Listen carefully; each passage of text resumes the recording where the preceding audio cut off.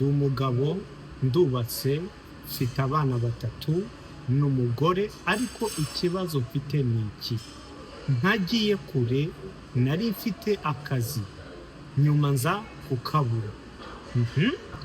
Kuva nabura akazi ntabwo umugore wanjye arama akantu hashize ibyumweru 2.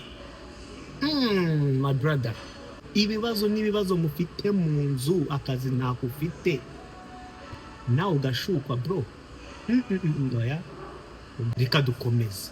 Iyo ngize ngo musabe arambwira ngo ntameze neza. Of course ntabwo ameze neza bro. Icyo kirumvikana. Nkora ikosa mfata phone ye, ninjiramo gusa narababaye cyane. Afite aba ex be kandi ndabazi, nibo birirwa biganirira bapanga gahunda zo guhura, babwirana ko bakumburanye bagomba kubonana. Oya, ntago bapanga kubonana bro, abangaba barabonana. Tukadukomeza bagomba kubonana. None njyewe byancanze, ese ndakora iki? Ndabizi urababaye, ariko ngiye kuguhereza ikinini cyitwa Red Pill. Ni ikinini gishaririye cyane. Thank you man. You're welcome.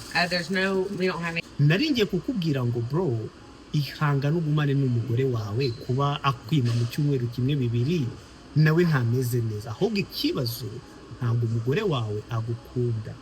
Impamvu atagukunda nuko nakubajije ese afite aba ex bangahe wowe uzi? Umbwira aba ex bane. My brother, you fucked up. Bane. Muri make diki enye zagiye mu mugore wawe. Jesus. Wari uzi ko no muri abo bana ko hari mutari wawe se? Imana we, ndagusenyeye bro, ariko nyine birizo ririzi. Nkubwije ukuri, Muchoma ni gute ubonekewe, ni gute ubivuze bro? Mbaye kuri iyi si imyaka myinshi.